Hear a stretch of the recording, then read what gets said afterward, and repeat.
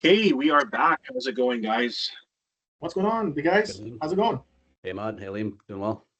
Good. Well, lesson number one, you can never, ever praise this team, right? Yeah.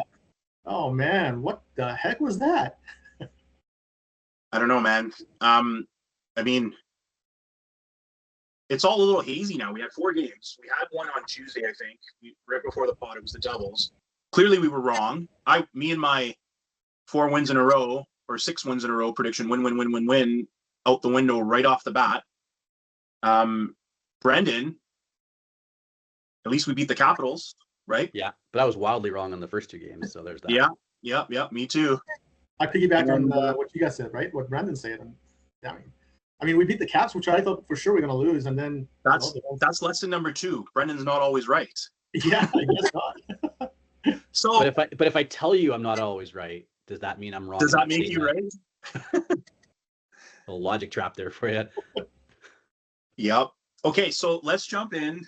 Complaints department. We're going to lead off with defensemen. Now, Ahmed, me and you might want to hit the mute button and chill for a bit and get the popcorn because I think Brendan has a lot to say. All right, go for it, man. Brandon, sure. I'm going to start with. I got a lot of notes here, so I'm just going to start with the Devils. And very early in the game, we have Bouchard, who was incredibly late coming off the bench and reading a play, and it led to the first 2 shots on goal, and they're like both great scoring chances.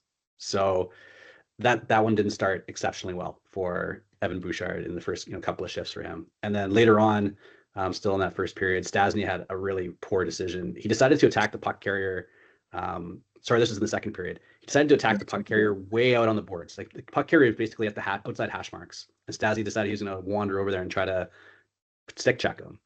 Of course, the forward was also there. I think it was Nugent Hopkins.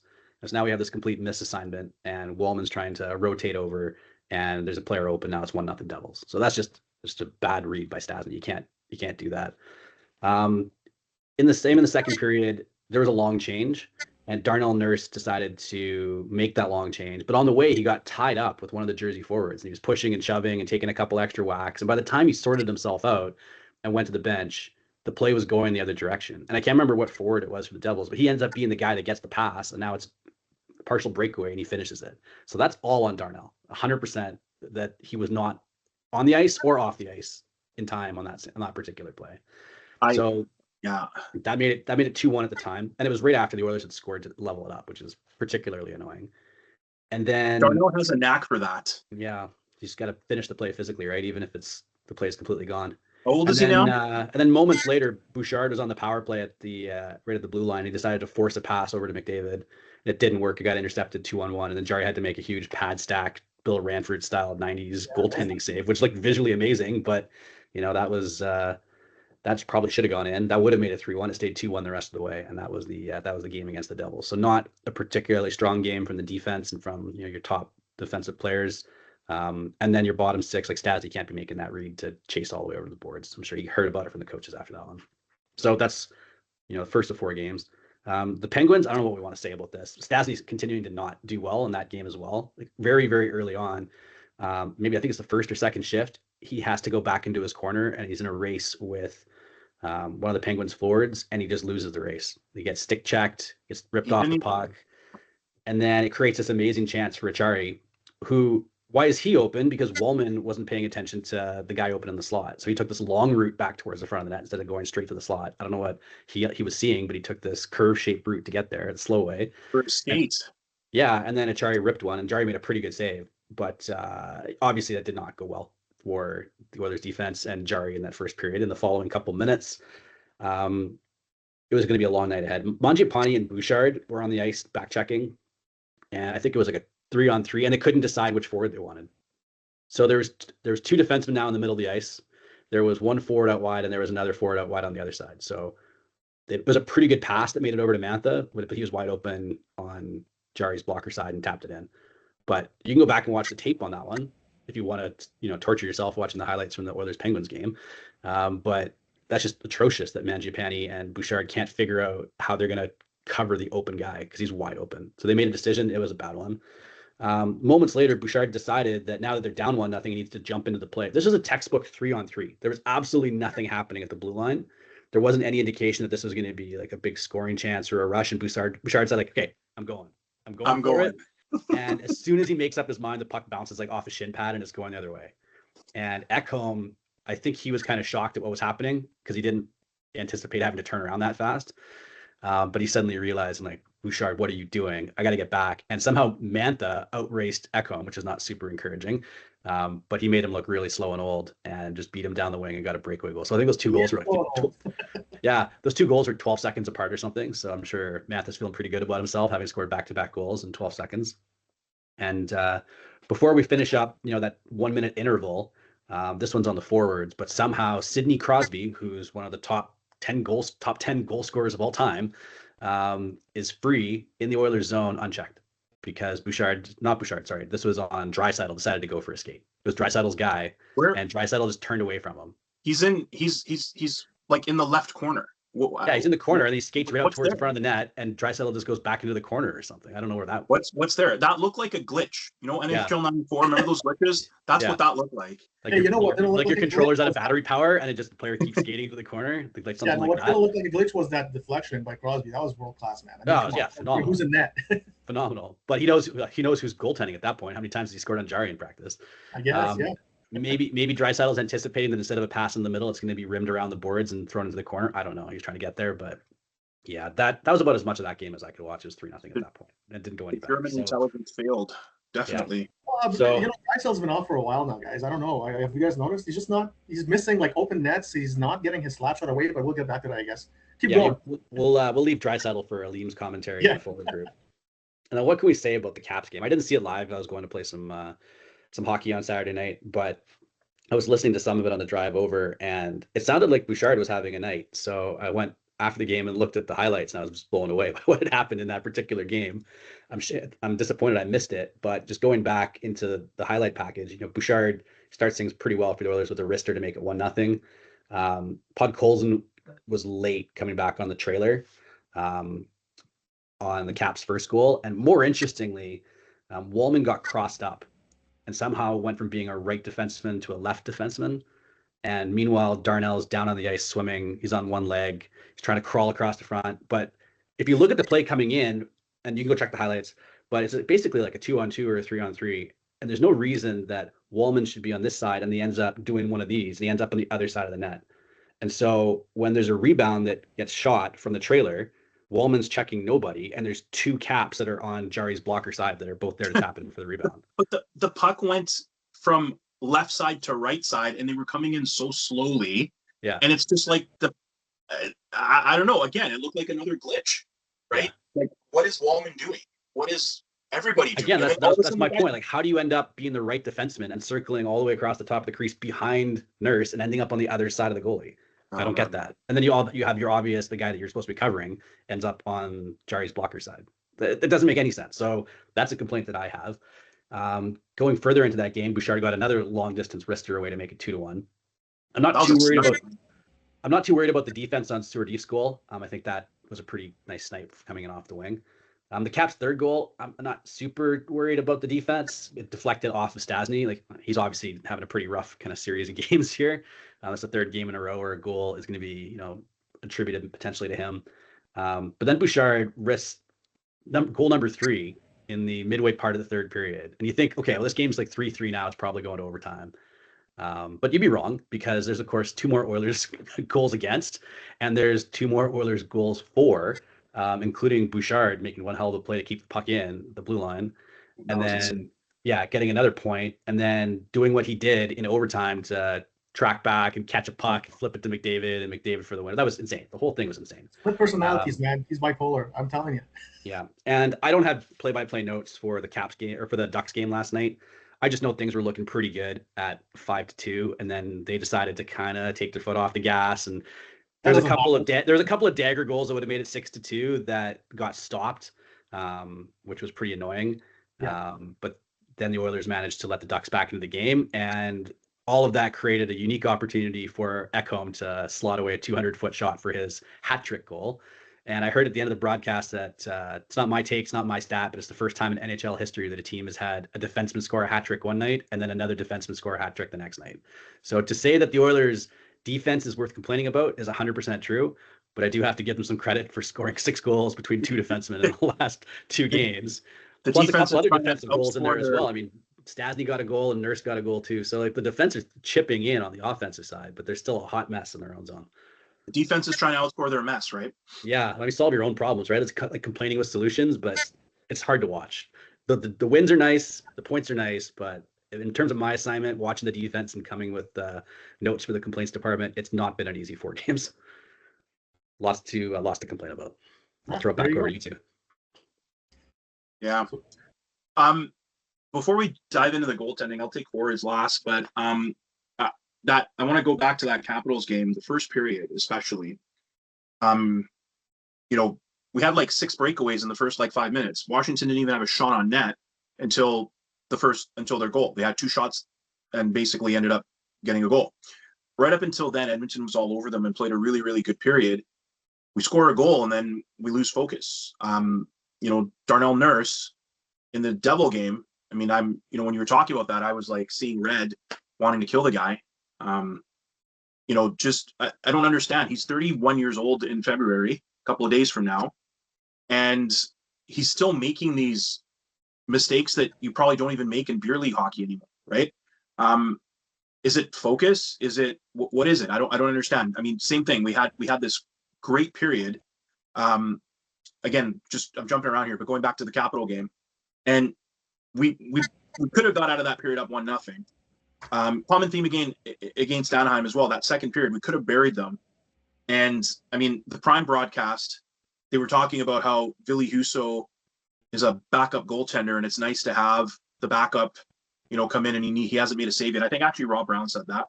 I don't know what these guys are watching, but it seems like these guys are getting saves. That Capital game, Charlie Lindgren, I know he let in 6 goals, but in that first period, he made a bunch of saves. I think Savoy had a breakaway, Puck Colson had a breakaway. Didn't McDavid have a breakaway? Everybody had a goddamn breakaway in that first period. And, they're getting the saves. And then I'm going to turn it over to you, Ahmed. I mean, I don't think we were getting timely saves. I know offline here we were talking about the defense and maybe it's not Stuart Skinner. But again, I'm going to go back to the timeliness of the saves. I think Jari did come in relief against Washington and made some timely saves. And I think Jari made some timely saves last night too in the third period. But I don't know. I see these other teams coming in and their mistakes don't seem as magnified because goalie's making a save, and it's not always a spectacular save. It's just a solid save, right? I've been watching, some of the saves or some of the goals that are going in, and there were some weak goals. I mean, I'm not going to defend. Not every goal is going to be a great goal against these guys, but some of the goals that did go in and the goalies were blamed for, I feel that there were, really awesome opportunities for the opposition, like in terms of where they were situated and the kind of shots they got off, or it's either Darnell Nurse laying on the ice and it goes off of him, or as you mentioned earlier, Stastny kicked one in and that resulted in Ingram getting pulled. But I can't say that I'm completely. I wish we did have a little bit more consistency. And again, I don't think that we have a true number 1 goalie. I mean, who's going to? I know Jari is a good goalie. His numbers have been solid in Pittsburgh and whatnot, but I don't think we really have a solid number 1 goalie. And I'm kind of hoping that Ingram becomes that. But the thing that we were discussing just online before we got on here is I have noticed that now Jari's numbers are going down and Ingram is kind of like struggling a little bit. Just like you mentioned, when the team scores and they take their foot off the gas, it just seems that once the goalies get going a little bit, the team just kind of relaxes. Like, yeah, let them do the work. And I don't know what it is. I find it frustrating as a fan, and I've been to a few games when I was in BC. Making a trip to Edmonton, spending well over $1,000 and whatnot, and then watching the team just get destroyed, one time by Washington, one time by Los Angeles. And I kind of feel for the fans because this team seems like they're just happy to get into the playoffs. They're not concerned about getting the first place. They're not concerned about finishing a dominant team. They just seem like they want to coast, and if they have a few points and they have a little bit of clearance from the bottom or they're in the playoff picture, they just take the foot off the gas. So I don't know what it is. And then people come and criticize them, whether it's the media or us guys or whoever, and maybe they kind of get a whip for it, and then they'll start performing again because they have had some great games. But then they have games like Pittsburgh. What the hell were we watching? What the hell was that? Also, how can the Oilers be in second place in their division without having won 3 games in a row all season? It's unreal. They don't want to go first. It's like every time they have the opportunity, grab first place by the throat and maybe even put some distance between themselves and some of the other teams that are up there with them, like Anaheim and Vegas. They It's like they look up at the scoreboard and they see that, oh, Vegas lost, so it's okay. We should just relax. That's the feeling I get, and it pisses me off to no end. But in saying all of that, the goalies are the ones that are suffering because this team can play phenomenal D, and they've shown it, or they can just take their foot off the gas and make the goalies look like absolute garbage, which they're not. Because now you have Skinner in Pittsburgh, and his numbers are phenomenal, and you got Jory in Edmonton, and his numbers are coming down, right? So tell me it's just the goalie, right? Well, I mean, Skinner was trending up before the trade. Brennan, we had a conversation when the trade broke. I was like, what the hell? Timing of this is weird because he's starting to look like he's playing, starting to play a little bit better. What we have to remember is, and we're just fans, but, I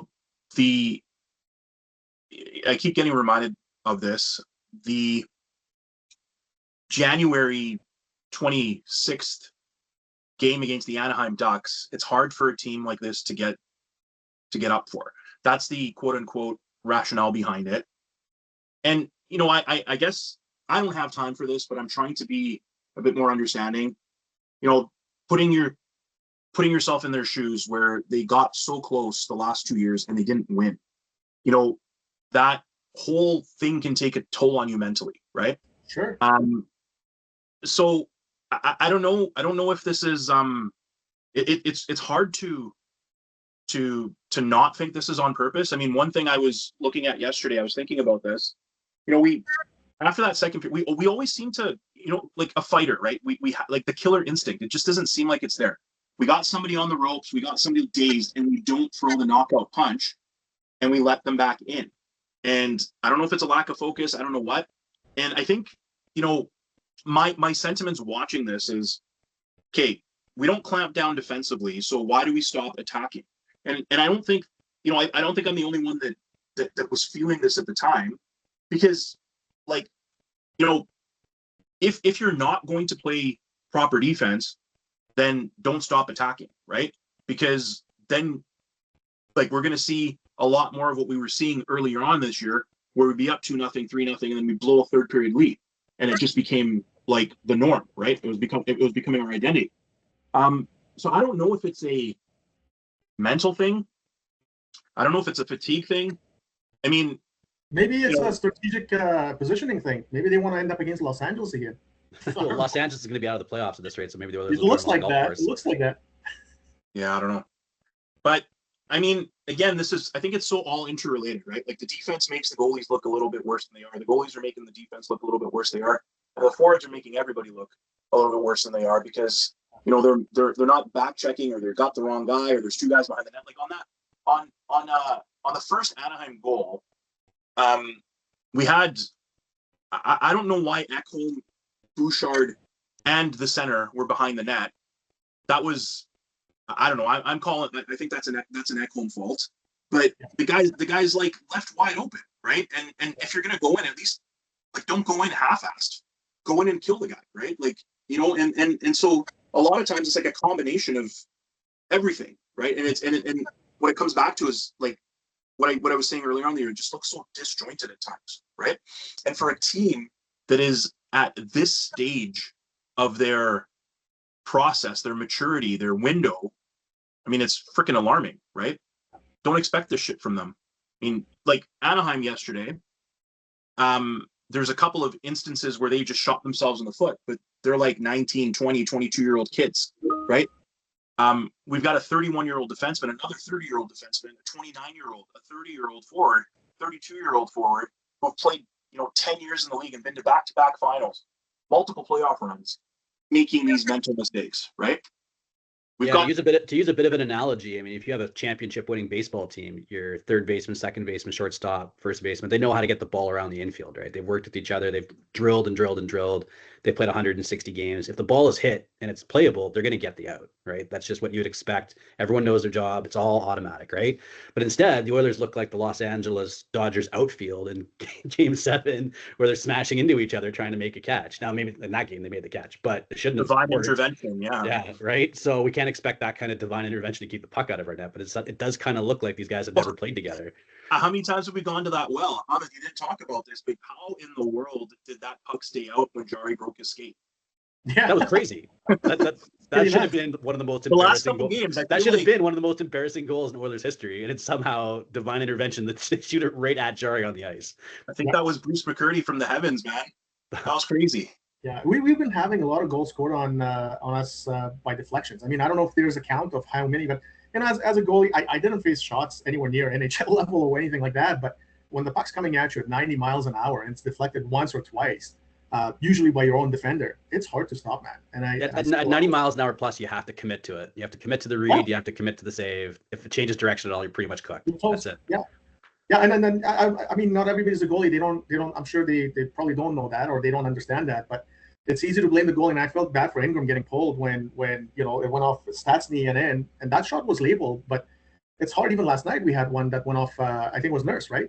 He kicked it up and went to top corner and made it look like, oh man, this guy let in a really bad goal because he seemed like Jarry was out of position there. But he was actually covering the post, and had it not been for Nurse swimming around in front of him again, it probably wouldn't have gone off of him in the top corner. Right. You brought up an interesting point. I just had this thought, and I was really hot when Ingram got pulled, and arguably he was better than Jarry was when Jarry didn't get pulled against Pittsburgh.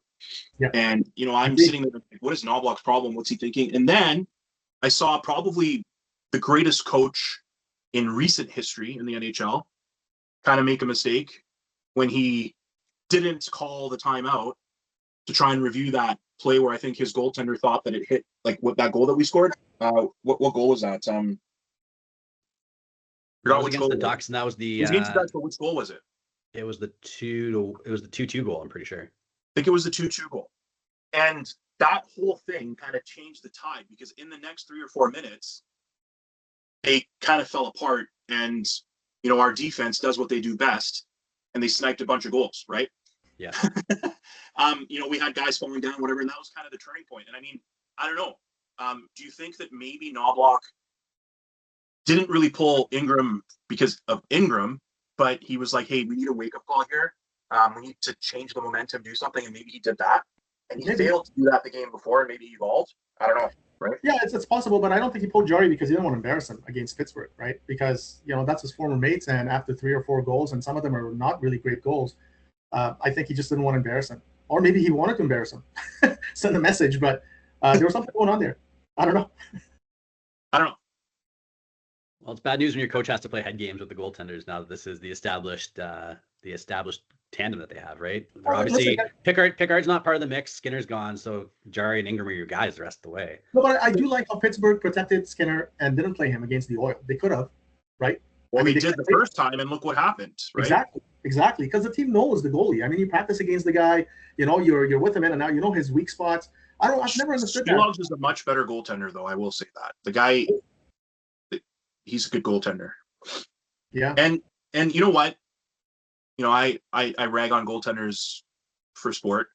I will say this though, and I've been ragging on Stan Bowman as well. Hasn't really made some great calls. I think we can second guess Trent Frederick, Andrew Mangiapane, etc. all day long. But I do think, watching, it's been a short sample size. I do feel though, one of the things that stuck out to me when he made this trade, and he said that he felt like Jarry's more consistent than Skinner. I think we're going to see that as the season goes on. I think we're going to see that. I think what you're going to get with Jarry. No goaltender is perfect, and I can't believe I'm like defending goaltenders right now after the last few games. But ultimately, there's another goalie friend of mine. He's a Canucks fan, so he's never going to come on this podcast. But we talk offline in a private chat, and I admit that he's my friend only in that chat. But he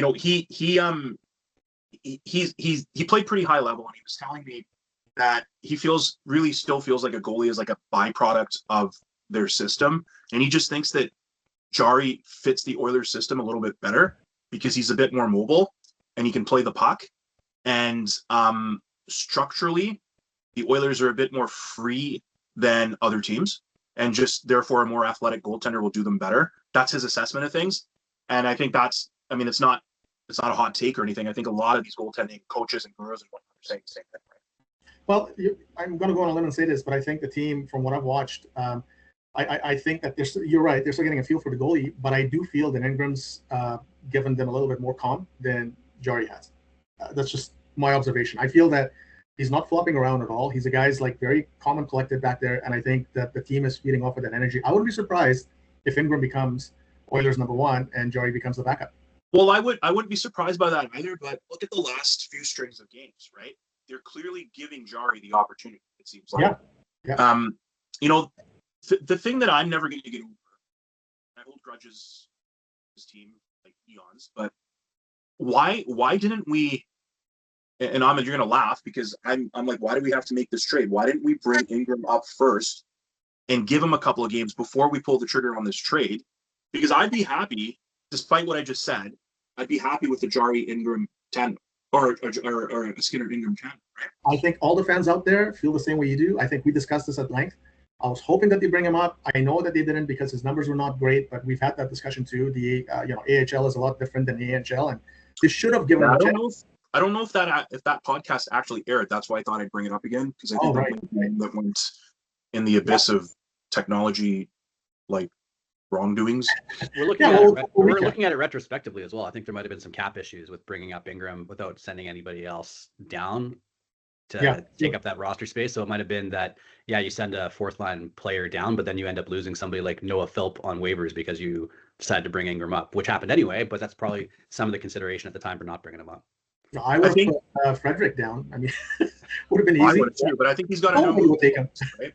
Because those are being given out like candy in oil country. So I think he has a no movement. But we haven't really even scratched the surface with the forwards. I think we're getting pretty long here with this podcast. Let's dive quickly into the forwards and then we can pivot a little bit. Not much to say really. I think I summarized it. Are we gonna throw out some names? I mean, Pittsburgh game, I think that was the worst game I've ever seen McDavid play. I thought he was awful in that game. Just turned the puck over, was fighting it. You know what? I don't think he was much better in that Washington Capital game, but he ended up with 5 points, including the game winner. It's weird. I mean, I was having this conversation with a fellow pessimist Oiler fan, and it's like aside from that heater that he went on, he's looked fairly kind of weird, right? But the sidekick is not doing well. I mean, where the heck is Dry these days? Am I the only one that I'm kind of worried about where his state of mind is? I'm willing to give Draisaitl a bit of a pass because I don't know what happened. But he was gone for a few days, and getting acclimatized back. When life gets in the way, you got to give him a bit of a flack. I don't even know if we want to speculate on what's happening there. His sister wasn't at the 1,000th game. Yeah, I mean, I'm willing to give him a pass for that. He is missing. I mean, he single-handedly, he eliminated McDavid's streak, right, by missing that wide open net. That's not Draisaitl-esque. He hasn't scored a power play goal since December 23rd. Who knows what's going on, right? Yeah, something's not right. I think he's getting a hattie on Thursday. Because the last time we railed on him, that's what he did, right? Yeah, well, I don't know, man. Brendan's predictions haven't really worked out lately, so I'm going to take a pass on that. Well, I mean, San Jose. Anyways, I just think the funny thing is we're very spoiled, this organization, because he's fourth in scoring. Draisaitl's fourth in scoring right now. McDavid's leading the league in scoring, and he's second in goals. And that's just how, in the last 4 games, we think they've been awful, but that's just how good these guys are, right? Which, again, my biggest complaint is, if you look at the Tampa Bay Lightning, and I think they've done this because they've been forced to do this, they are winning games with a lot of big guys out of their lineup. I think there's a defenseman out there who's got 14 goals right now, and Victor Hedman's on his way back. He's been out most of the year, but they're going to have like I'm questioning whether or not he's going to be back on power play 1, right? So Tampa's been forcing the scene. Their young guys come up and have to step up because they've had a bunch of injuries. I think Brandon points out as well. We bring up this Josh Szymanski guy, and we give him 7 minutes and 32 seconds of ice. Ike Howard, who I still feel like needs to improve on his skating if he's going to make an impact in the NHL, but he's getting played 8 minutes a game, right? Our deployment. Rob Brown and the crew after the game. I was listening to the post game last night, and I kind of agree with this. Like, Matthias Janmark somehow has 13 minutes of ice, right? This coach seems to be very loyal to his veterans, Yeah. which is interesting because the predecessor was an AHL coach and got his name in the AHL as well, and was supposed to be like a supporter of youth, and so was this guy, right? But here we are, 2.5 years into his tenure, and he's sticking with his favorite veterans, right? That's my biggest complaint is why not let some of these other guys have time to play, especially when we've got this many games in a short period of time. The schedule's still condensed, right? Why can't we see this? Now, I know Brendan's going to probably say that, the bottom six has demonstrated that they're not reliable, but, it's kind of the chicken versus the egg here. If you're going to get, I'm going to go back to Wallman being on power play 1 as in the Draisaitl spot when Draisaitl's away for a few games. How does that make Isaac Howard feel? How does that make some of these other forwards feel when you have a defenseman slotted into that position, right? Okay, so you asked for my opinion. I'm going to give it. It's probably pretty accurate to what I'm just going to say. But yeah, this bottom six has proven to the coach and the coach's mind that they're not reliable. So they're going to get as few minutes as possible, and he'll continue to ride the best players in the world. But if you look I didn't ask for your opinion. I said that's what you're going to say, and you said exactly that. So okay, well, I'm going to share my opinion whether you want it or not. But I think you can pretty much categorize the Oilers forward group into hot and cold buckets right now, and we'll have an okay category. But the reason that we have to complain about the Oilers forward group is who's in the hot bucket right now. Hyman is playing pretty well. I'll put in the okay button, like as we expect them. They're not on a hot streak, but they're playing okay. Ryan Nugent-Hopkins and McDavid. McDavid's okay level is obviously better than everybody else's in the NHL, but he's still okay for McDavid. I think Curtis Lazar is playing okay for Curtis Lazar. And then almost who's in the cold bucket? Podkolzin's cold. He was on a much better point production, back in December, January. He seems to have cooled off. Draisaitl we talked about. Kapanen, in my mind, is turning into the new Todd Marchand. You give him a breakaway, he'll get 2 or 3 a game, but he'll miss the net or get stoned on the breakaways. Yeah, I was going to say Holloway. Okay, or maybe more like a Dean McCammond. I don't know. I just see there's skill there, there's speed there, but the puck's just not going in right now. Jack Roslovic, who used to be the darling of the offensive generator for the Oilers, not scoring right now. Trent Frederick, we've hammered on over and over again. Matthias Janmark, I mean, still in the NHL, still playing 7 minutes a night, but you'd be surprised if you see them out there, really, except unless it's a penalty kill. He's not doing anything to put pucks in that or set up plays. Howard's struggling. Savoie's struggling. I think he scored his first goal in the AHL, 20 games, right? Yeah, so you put Howard in the AHL, he'll produce. You bring him up to the NHL, and he can't keep up. I don't quite know where you put that guy. He's kind of in between. He's one of these classic in-betweeners. So the forward group as a whole, if you have more guys that are cold than hot, or you have more guys that are cold than are in the okay category, that's a problem. But that's why it's putting so much pressure. It's putting pressure on the defense and the goaltending because the forwards are just struggling all over the ice. And it's not a matter of scoring goals. They're struggling just to play in their own zone too. But here's the thing, okay? I get what you're saying, but Matt Savoie, couple games ago, Roslovic takes a stumble at the blue line, and there's a breakaway the other way. Matt Savoie and Roslovic get on their horse, catch the guy, impede him enough that Jarry's able to make the save, right? Do you get rewarded for that? No, you don't get rewarded for that. Your reward is you get to sit on the bench and watch these other guys come out for the next 3, 4, 5, 7 minutes of uninterrupted ice to try and tie the game up, right? A guy like Isaac Howard, I mean, again, I am going to, die on this hill.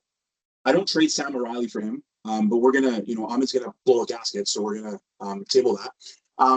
But we don't give him enough time. We're giving Mangiapane time with Draisaitl when Roslovic needs to anchor the third line. But why aren't we bumping him? Why aren't we bumping Howard up or Savoie up? Savoie's, I think, demonstrated that he's an NHL, right? I don't see. I understand, Brendan, what you're saying, but I don't see how Knobloch can just say, okay, this guy's not good enough to play in the NHL when he's giving 13 minutes to Matthias Janmark. I don't know how many minutes Lazar's played, but I will say this: if and when Adam Henrique comes back, we know Adam Henrique's the darling. Out of Lazar and Janmark, without a shadow of a doubt, I'm sitting Janmark. I know we're going to have some cap problems. Someone's going to have to be sent down or whatever, but I'm not taking Curtis Lazar out of the lineup. He comes in, he wins faceoffs, he can skate, and he's actually doing what a fourth liner should do, right? That's one move that I'll say I want to see a little bit more of. But anyways, Ahmed, you've been quiet for a while. Chime in. No, and for the most part, I agree with you. I just don't. But I do feel that there's a trade coming. Hold it. We're gonna clip that. Yeah, we're clipping that, and I'm just looking for lightning. I'm scared. Anyways, go on. No, I know. I don't usually agree with you, but it's hard not to at this point because we've seen the same thing over and over and over again. This is the NHL for you, right? The loyalty of coaches to players, it is what it is. It's everywhere, right? Old boys club or whatever you want to call it. If you've done your time, even the refs treat you differently if you're a seasoned player versus like a rookie McDavid that was getting ragged around and nobody gave a crap, right? That's the way the NHL is, right? You just have to take it for what it is. But I do think there's a trade coming for the Oilers. I don't think that they're going to go with what they have right now.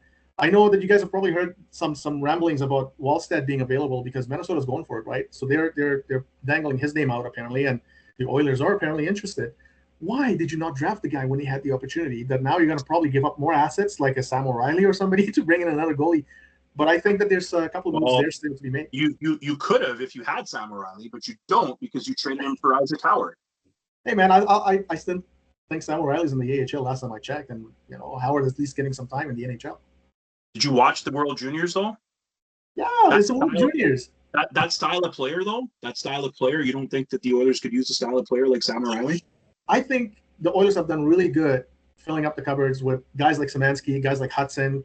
And then they come to the NHL and they play 7 minutes a game because their coach doesn't trust them. Yeah, and that's true. That's going to change. I honestly, don't know how we're going to do that. Honestly, I don't know if there's a. I mean, I go back to Kevin Lowe and Craig McTavish when Kevin Lowe went out and made all those moves in 2006, and I was joking around with a friend of mine that watched. What was the name again? The guy from Boston, Sergei Samsonov. He's going to be on a line with Rock and like some guy, and guess what? Opening night, he was on the fourth line because McTavish couldn't find a place for him in the top six, right? Yeah. So I don't know if the coach and the GM are in the same wavelength, right? Because the guys that, like, I think Bowman sees what's happening in the NHL, and I was talking to Brendan about this. Like, you've got basically a roster composition of these young teams like Anaheim, Montreal, San Jose. All these guys can skate. All these guys have a ton of skill, even on your fourth line, right? And he's bringing in these guys, but we're not playing them, right? What's that line from Moneyball? Like, you can't play Penny at first base because I traded him. The manager, the coach, get along, right? That's what we got to do. I also can't put Jack on the fourth line because I traded him.